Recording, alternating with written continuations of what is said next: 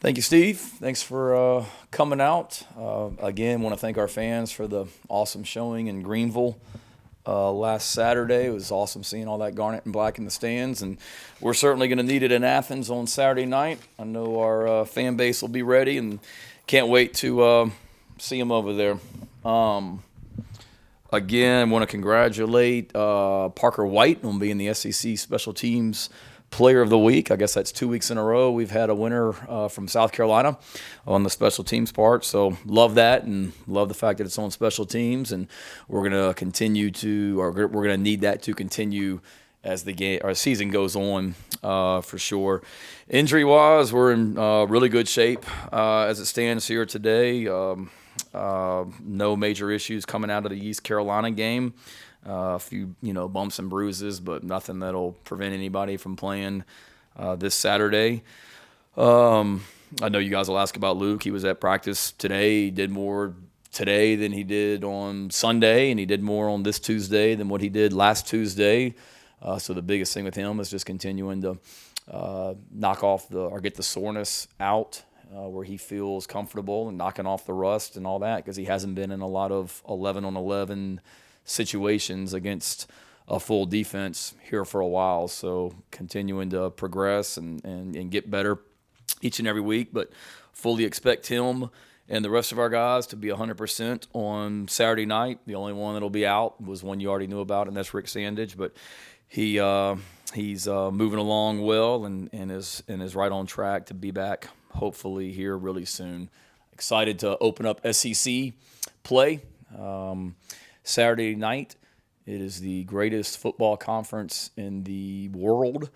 There's a reason that so many high school recruits want to play in this conference. There's a reason that every coach in the country wants to coach in this conference. There's a reason that two of the premier programs in America wanted to join this conference, and it's what it's all about. I've missed being in the SEC. I've missed playing in 80 and 90,000 and 100,000 seat stadiums like we're going to do here for the rest of the season, and absolutely love the pageantry of college football, and there is no better conference that emulates that or shows that on a day in, day out basis than the SEC.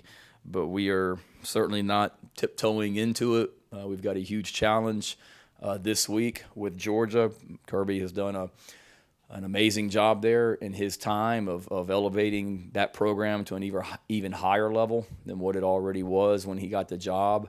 One of the premier programs in the country, and certainly led by a fantastic coaching staff. Got tons of respect for him. He's a great friend, somebody that made me a better coach in my 2 years working for him.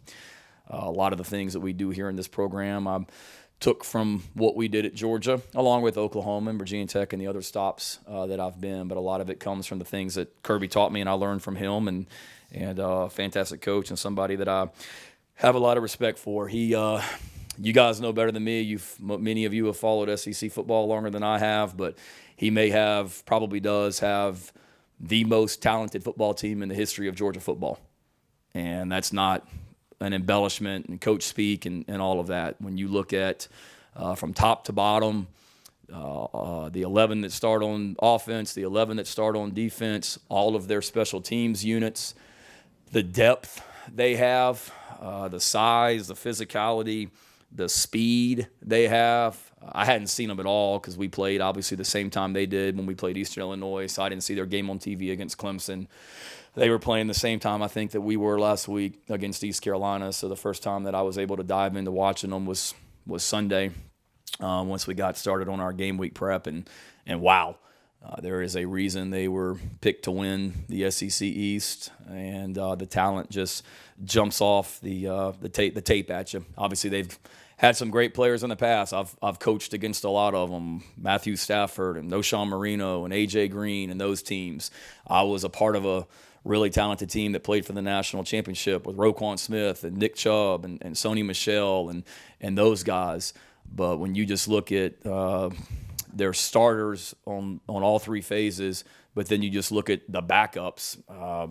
I don't know of a more talented team ever to play at Georgia when you when you look at that. I mean, I had read over the summer that the defensive back, the secondary was an area of concern, and all I see are those guys just playing everybody in man coverage, and nobody can complete a pass. I watched their defense. I think they forced 18 punts already this season in 2 games, which, if my math is correct, that's going to put them on pace for over 100, which is an ungodly amount of defensive stops. Like, usually at the end of the season, a defense may force 70 or some punts. They've forced an average of 9 the last 2 games. I'm sitting there watching tape all day yesterday, got in at 5:30 in the morning and was all day watching tape like the rest of our coaches, and thought I had thought I had a good feel for the personnel. Then here comes another guy at the end of the game against UAB that's not even listed on there too deep, that's making plays that would start a lot of places in the SEC. There's a play where Jordan Davis, their unbelievable defensive lineman against UAB, where the UAB quarterback runs – Jordan Davis for Georgia is outside the hash into the UAB sideline, and the quarterback for UAB starts running towards the Georgia sideline, and the defensive lineman, Davis, all 340 pounds of him, runs the quarterback down and makes the tackle on Georgia's sideline. And it's one of the most amazing individual efforts and plays I've ever seen. So they are really, really good, and will be a big challenge for us. But our guys are certainly excited to go play. We've had a couple of great days of practice, and looking forward to the challenge of going in there against such a talented and well-coached team. So the hype for them is real, and we're excited to go play. Shane, after watching the Georgia film, I'm sure you saw the Clemson game. How much of a concern is your pass blocking when it comes to Georgia's defensive line? Yeah, I think a lot has been made of the pass blocking, which is a bunch of crap. Regardless, I've got tons of respect for what PFF says and all that. PFF doesn't much respect for them. They help us. We rely on their stuff. They don't know when our quarterback goes up to the line of scrimmage, makes a protection call to slide the offensive line one way because he thinks the pressure's coming, which means a tackle for us is going to slide one way, and then he realizes that the quarterback guessed wrong, and there's a free guy coming outside of him. So to the average eye, people are going to say, oh, my gosh, what is that offensive tackle doing? That offensive tackle is doing exactly what he's supposed to be doing, and he's trying to take the hit off the quarterback because the quarterback slid the line the wrong way. So have we been perfect on the pass pro? No. Is it as bad as some people want to analyze and say that it's been? Absolutely not. And then so on all of us, quarterback, running backs, receivers, tight ends, offensive linemen. So to answer your question, David, it's a concern every week, but certainly against these guys because they're really good up front, and all you got to do is turn on the tape of the Clemson game, and they're swallowing up Clemson's quarterback, it seems, on every play when he drops back to pass. So it'll be a huge challenge for us, a lot more than what we have faced the last 2 weeks, obviously. But it's like I told our guys this morning, I mean, it's SEC football. There's you better strap it on for the next however many 9, 10 games, 9 SEC games, 8 SEC games that we got here the rest of the season, because it gets real. And if you don't want to play against the best, then you shouldn't be playing in this conference. You've been pretty forthcoming about the fact that you followed the program from afar. What do you remember about the game against Georgia 2 years ago, watching that from where you were? What were your kind of reactions to that? And do you use that game from 2 years ago as a reminder that, hey, that team was a big underdog as well? You can go in and do something similar. Yeah, I don't remember much about it. We were playing Texas at the same time that day. I think I may have told some of y'all the story, but our game against Texas, which is an unbelievable game, not to change the subject, but if you ever get a chance to go to that game in the Cotton Bowl, do it. But we were playing Texas, which is a huge rival for us at Oklahoma. Georgia and South Carolina were playing the same day. We won. Jalen Hurts was our quarterback, had a great win against Texas, and my family runs on the field after the game, and I'm thinking they're going to be excited because we just beat Texas, and swear to goodness, the first words out of my kids and my wife's mouth is, South Carolina just beat Georgia. South Carolina just beat Georgia. And I go, how about Oklahoma just beating Texas? I'm more worried about that one.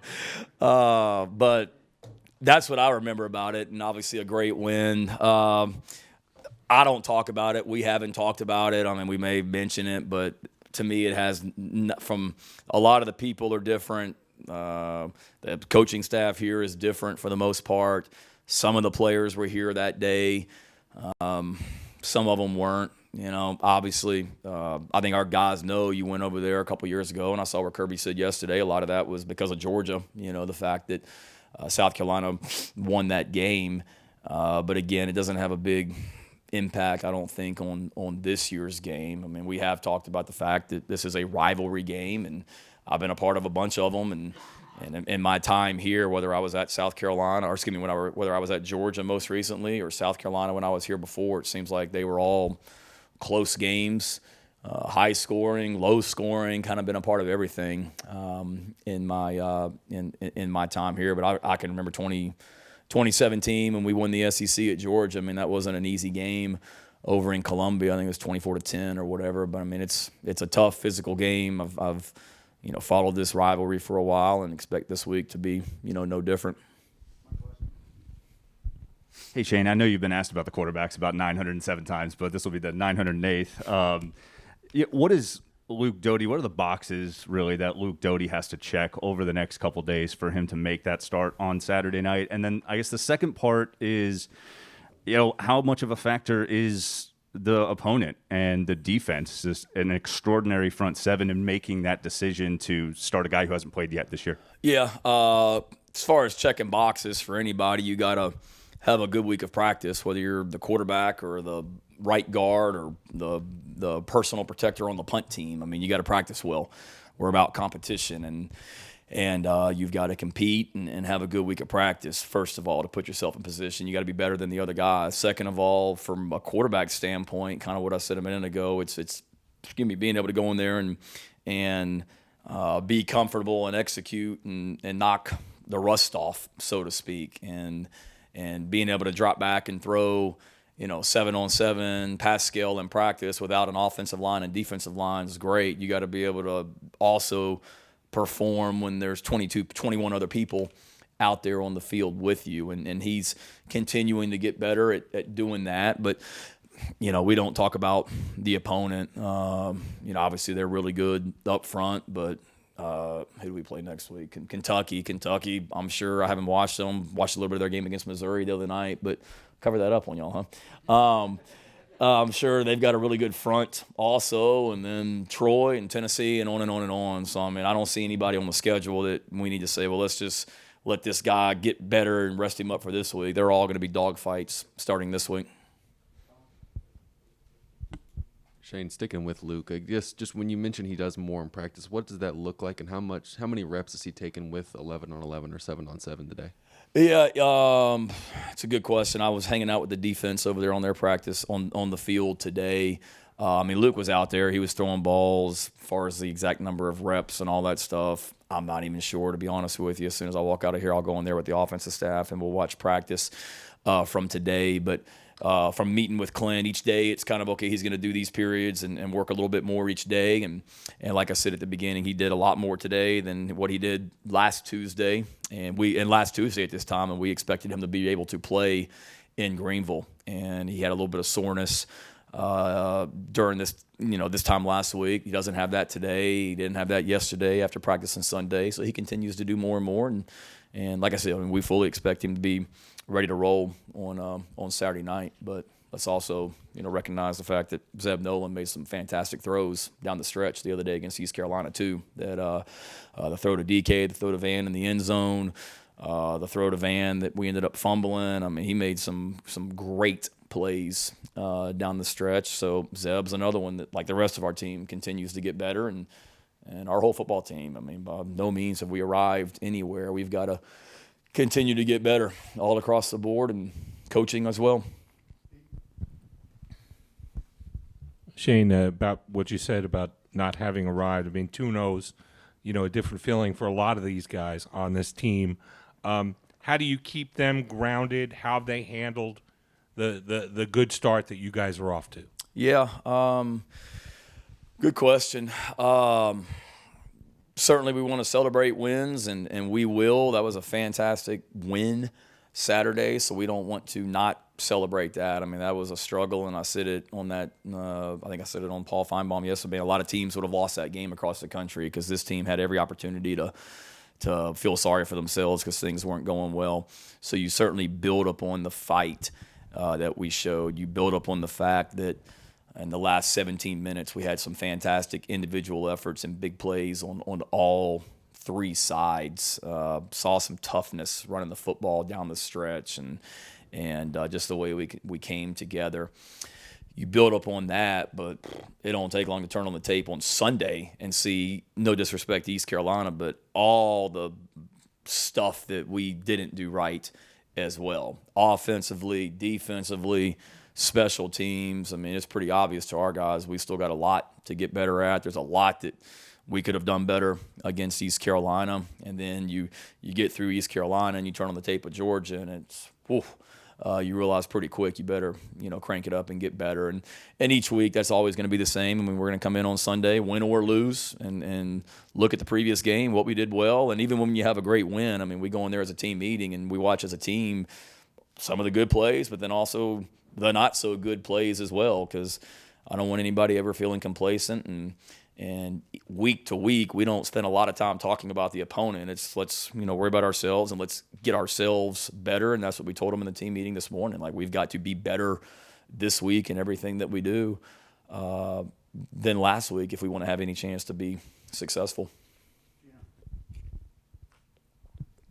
Shane, what do you remember about Zeb and how he did against you guys in that 2018 game? And then also, what were your, impressions of what you saw of Luke in the tape you've watched of last year's Georgia game, which was his first start, as you know?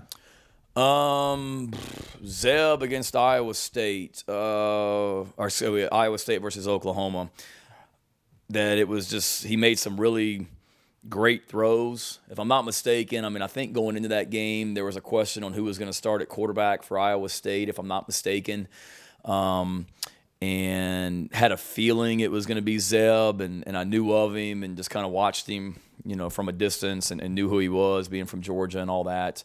But then he went out there and went back. It was a back and forth game.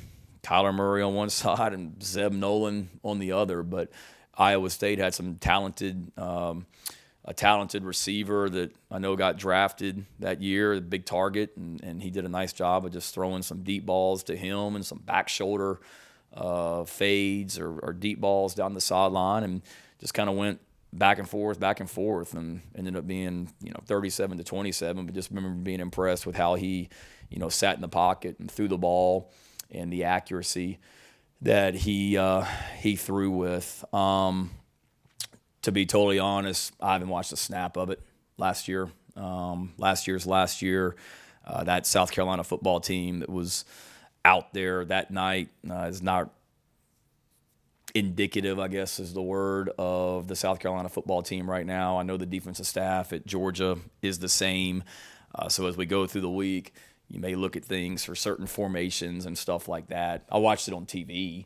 I remember watching it on TV from back at my house in Norman that night, and I knew who Luke was coming out of high school, but just seeing some of the athleticism and things like that he played with that night. But I just there's not a lot of carryover from last year to this year because we're built a little bit different. There's a lot of returning players, don't get me wrong, but we're a little bit different schematically and things like that. And the personnel on defense for Georgia has changed in a lot of ways also, particularly in the secondary. Shane, with some of the self-inflicted wounds on defense from a penalty standpoint, what's your philosophy on being able to teach that? Is that as simple as, hey, we want you to be able to play with that edge. We like, the days of DJ Swearinger, but, we'll yank you off the field for a couple series. How do you teach that? Because I'm sure it's not as easy as guys just knock it off. Yeah, it's the $1 million question. I've been some places where the philosophy is you don't talk about it and maybe just kind of goes away by not making a big deal out of it. I've been some places where it was old school and you go out on the practice field and you circle up, and if you had the penalty, you come out in the middle and you're like, I'm Mike Uva and I had a penalty and cost the team 15 yards, and then everybody gets up there and does the up downs. And I've been places where you go in the team meeting and you show every penalty to teach off of it, and Really, we just try. One, we teach off of it as much as we can. What the expectations are and what we're not going to condone. We have officials at practice most days, and we want to educate as much as we can, whether it be formations or, today we had a block in the back during a drill where you get on there and you teach it and you recognize it that this is unacceptable for sure. And that was the disappointing thing about Saturday was I obviously did a crap job because we made a big point of emphasis about keeping our poise and composure against East Carolina, and not a shot at East Carolina, but there were some plays in App State where got a little chippy, and we wanted to talk. We made a big point with our guys last week of if we get in this situation, we're not turning it into a one-on-one war of words and battle where we're talking. Don't even talk to them. Just go play. Go play between the whistles and whatnot. And then we obviously, I guess, mind tricked ourselves because we ended up being the team that didn't handle that the right way and lost our composure. So we just continue to teach and coach off of it and make sure our guys understand what we expect and what's acceptable and not acceptable. And, in our team meeting on Sunday, I showed some of those clips of those penalties you're talking about. I mean, penalties are going to happen during the play. I mean, it's football. There's some things that are just going to happen and you live with. It's the pre-snap and post-snap stuff that make you want to throw up as a coach. So we got to get better at that. And I'm 2 weeks in a row I've said it, and hopefully we'll be better this week. Shane, you mentioned you spent some time with the defense earlier today. Have you noticed amongst the defensive line, the big names that you guys have there, the challenge of them matching up with Georgia's offensive line? Have you noticed an uptick in enthusiasm and energy about that matchup on Saturday? I think they know them. And to me, this, you watch the line of scrimmage in this game. I mean, this is going to be a big boy football game, and I know what their philosophy and mentality is at Georgia, and that's to line up and just run the ball down your throat, and they've got playmakers on the outside that are explosive. I mean, the running backs, they're deep. The receivers, I know they got some guys out, but they got some fantastic ones that can run. The freshman tight end, Bowers, is a weapon with his skill set and whatnot. So there's a lot of explosiveness all over that offense, but this game's going to be critical right there in that box at the line of scrimmage. It's our offensive line versus their front and their offensive line versus our defense. But I would hope that, we've got a bunch of guys on our team that are internally motivated, that the excitement that our defensive line had to play Georgia is the same that it was against Eastern Illinois and the same that it was against East Carolina, because they've been pretty good both weeks. And we don't want all of a sudden, okay, we're playing, we're more excited because it's Georgia. We should be excited to play every week. If you're a competitor, you want to go out there and dominate no matter who you're playing and have that energy. But certainly, our guys know East Carolina and Eastern Illinois didn't break the huddle with, 5-star recruits and 330-pound offensive linemen that are coming right at you, and you know what's coming. They're saying stop it. So it's a big challenge for our guys, but it's a big challenge for the entire defense. Like, we've got to do a great job tackling this week, not just those defensive linemen, but all 11 guys on the defense. Shane, how much does it help your guys that you're coming off a game where you faced adversity from the opening kick until the closing kick by Parker? A lot of adversity, some of it self-inflicted, but you're able to overcome it. How much of that do you think can help you against a team like Georgia, and especially the atmosphere in Athens of the SEC opener? Yeah, I would hope a lot, Rick. I mean, you write it down before the game. Here's all the things to do to lose the football game, and I think we checked them all off on Saturday. Give up a huge play on the first play of the game to get the crowd into it. Turn the ball over, 3 times in the first half. Have some dumb penalties. On and on and on, But we haven't said all that. We overcame all that. We didn't play great. East Carolina had a lot to do with that, sure. But we didn't play great. But we found a way to overcome it and still win on the road in a place that a lot of teams have gone in there and gotten beat. NC State, UNC, Virginia Tech, and we overcame that and found a way to win. So certainly we understand there's going to be 50,000 more fans in the stands than what there were on Saturday. It's going to be under the lights. There's going to be 5-star recruits all over the field for the team in red. But certainly from a mental standpoint, doing what we did last week does nothing but help us. But we also need to understand if we go out there and play that way like we did against East Carolina and get off to the start that we did against East Carolina, it probably it's not going to end well. We've got to get off to a better start and play a whole lot better. That's for sure.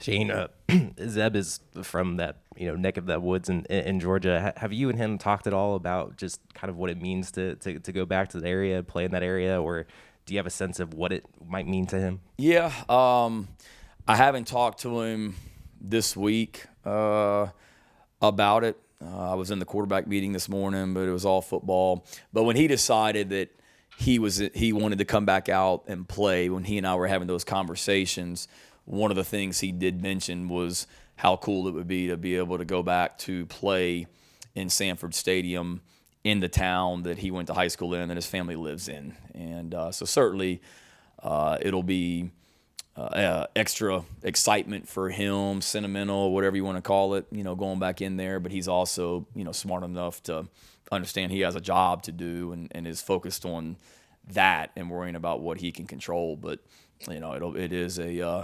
it is a pretty cool story going back to Athens, and would be an even cooler story if he's able to go in there and play well. That's what he wants, and that's what he's working for or working towards right now. Obviously, there are a lot of good high school players in the state of Georgia every year, and Georgia usually has kind of the pick of the litter, so to speak. What's it like recruiting against those guys in that state, whether it's here or Oklahoma, Virginia Tech, and how challenging can it be to compete with them that way? No, it's challenging for sure. It's such a big state, and there's so many players. And Kirby used to say this when I worked for him, that they can only take 25 a year. And in his mind, Kirby's mind, and rightfully so, you better make sure from Georgia's standpoint, they better make sure, because he used to say it, that you're taking the right ones. Because those guys that you decide not to take, they're going to South Carolina, they're going to Florida, they're going to Auburn, they're going to Tennessee, wherever. So there's a lot of great players. We're going to get in there and battle them. We have a fantastic place to sell here from an academic standpoint, from a city to live in, the facility, the opportunity to do something special here. And come win an SEC championship. We have a lot to sell here that they, that it's a little bit different than maybe what they're selling. But there's a lot of great players, and we're going to battle them for all of them and make it hard for young men to tell us no. We're going to be all over the state recruiting on Friday. Of the top players in the state of Georgia for this year and next year, there's a pretty good chance that there's going to be a South Carolina coach in your school on Friday afternoon and Friday night at your game. And that'll always be a critical area for us. There's so many fantastic players that have come out of Georgia that have been major contributors here and will continue to be going forward, along with the state of South Carolina and the surrounding areas. But it's such a great state for high school football, Georgia is, and we'll always recruit it heavily. Shane, I think you touched on it a little bit Sunday with ECU stacking the box and what kind of a challenge that presents when you look at Georgia and kind of the physicality they do have up front. How do you go about attacking that in the run game when you do have a stacked box? Is it a matter of, Zeb obviously connected on a few more longer throws. Is it a matter of just opening things up? Is it a matter of just beating a guy one-on-one in front of you, or what kind of goes into that? Yeah, no, good thought or good question. We've got to be able to execute our offense no matter what, the defense is doing. It's not like we got out there on Saturday and it was like, oh my God, they're doing this. How do we adjust? It's just a guy here, a guy there, and we got to be more consistent. We've got to be good about what we're asking our guys to do. There may be some run schemes that we like that maybe we aren't great at executing, so we've certainly got to continue to look at that. You've got to be able to, if teams are going to do that, which they're going to continue to do against us, you've got to be able to throw the football, which we did. It was a fantastic job by Zeb on the the deep ball to Josh down the sideline and some of those other throws. And then we've got to be able to sustain blocks and finish plays, and that's what we did a better job of as the game went on, was just leaning on East Carolina and finishing plays and covering them up. And then at the end of the day, I mean, we got SEC running backs. I mean, we can't block them all. We're going to do our best to get a hat on a hat, but at some point you're going to have to make somebody miss. And there were times on Saturday where we had a running back lost a one-on-one battle versus a defensive back in the open field or in the hole, and there were some times that we certainly, won those battles as well. So it's a combination, but I've told you guys before, I mean, we want a balanced offense, and that's not necessarily 50-50. It's the ability to run when you got to run and the ability to throw when you got to throw. And saw signs of that on Saturday. We've got to be a lot better going forward. There's no question about it, but did see signs of it. Yeah, with the secondary, are you surprised at all at how well they've played so far? And where does some of that credit go? Is it Clayton White's scheme, Torian Gray's coaching, personnel just being a little bit underrated, but they seem like they've made a lot of plays? Yeah, knock on wood. They've been really good, really, really good. And I don't think surprised. I know I'm not surprised. Just seeing them during preseason camp, and that was preseason camp without a healthy Cam Smith. But just seeing, Foster and Roderick and Dickerson and Dial and Spalding and Rush and those guys as they were making plays throughout preseason. Then you get Cam back. They're doing a great job. And obviously the level of competition goes up this week because they've got some explosive playmakers on offense, like I said, but really impressed with the way that our defensive backs are playing. They're playing hard. They're doing a great job of tackling. They're winning a lot of 50-50 balls, and credit them for one. Certainly credit, Coach Gray. I feel like he's the best defensive backs coach in the country. I saw what he did when we worked together at Virginia Tech over the years, and he's got NFL experience. He does a great job of just teaching and coaching and making sure our defensive backs understand how offenses are trying to attack them and studying formations and wide receiver splits and all that. And then certainly, Clayton White as well. Our defense has been fantastic the last 2 weeks. And I'm excited to watch them play on Saturday night, excited to watch them continue to evolve as the year goes on. So Clayton's put together a great scheme, and credit those guys up front, the guys that Mike Peterson and Jimmy coach as well, because they're doing a great job of affecting quarterbacks, and it all works together, and we're going to need all 11 on Saturday night to stop the run and the pass. Shane, it seems like you probably have studied as much as anyone how head football coaches go about their business. How would you describe your sideline role during games? Are you strategizing? Are you consoling and encouraging players? You working refs? How would you just generally describe that? Consoling myself at times Saturday too. A little bit of all that, to be honest with you. I realize as the head coach that all eyes are on me. So I think it's critical that I do a try and I'm pretty even keeled by nature, but just trying to stay steady and not emotional and blowing a gasket over there every time something goes bad. But just trying to stay under control.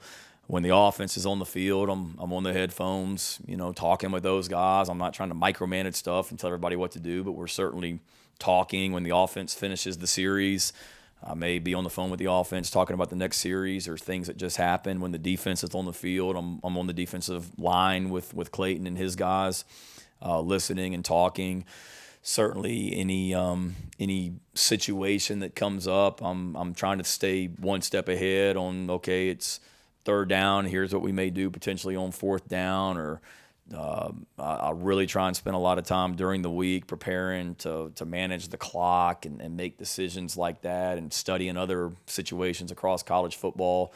So it's trying to just manage the game, have an ear for the offense, an ear for the defense, being able to chime in at times about maybe think about this next series, or hey Clayton, let's be ready for this. They haven't shown that yet, that type stuff, and then certainly staying engaged with the players as well, and just bouncing around the sideline and just trying to be positive and real about where we are. So I think each game is different. Eastern Illinois was a little bit more fun and less stressful. East Carolina, there was a lot of, decision making that was going on throughout the game, timeout usage, third down, fourth down, what you're doing, stuff like that. So every game's different, but just trying to stay one step ahead, but also help all three coordinators and communicate with, when I say three coordinators, communicate with Pete Limbo as well with everything going on from a special team standpoint. Shane, you obviously mentioned going up against Georgia's offensive line. How do you maybe mimic that in practice? What is the strategy there? And from a scouting team perspective, who's mimicking Zamir White and just the stress that he has to cause on a defense? Yeah, good question. It's hard when, Georgia's got running backs that try and run through you and out the other side every time they run the football.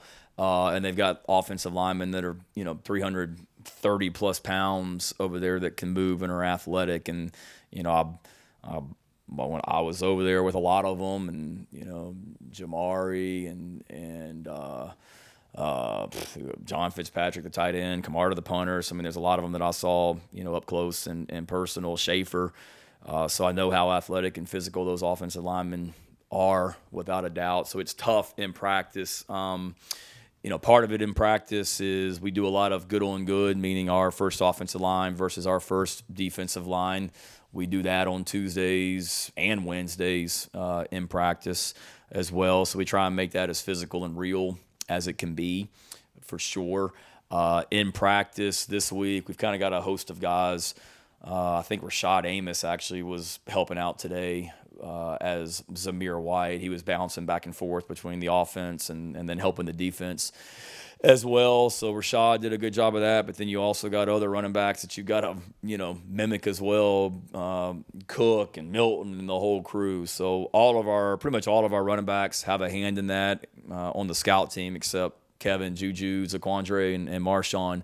Every other running back is running through there. But really, it's just making sure that on the scout team against our defense, every time we run the football, that we're telling our linebackers and defensive linemen, make the tackle and thud him up, but then let the guy run, because we want to make sure that we've got defensive backs and everybody else coming to finish that play as well, because we need all 11 to be involved in stopping the run on Saturday night. Okay, thank you guys.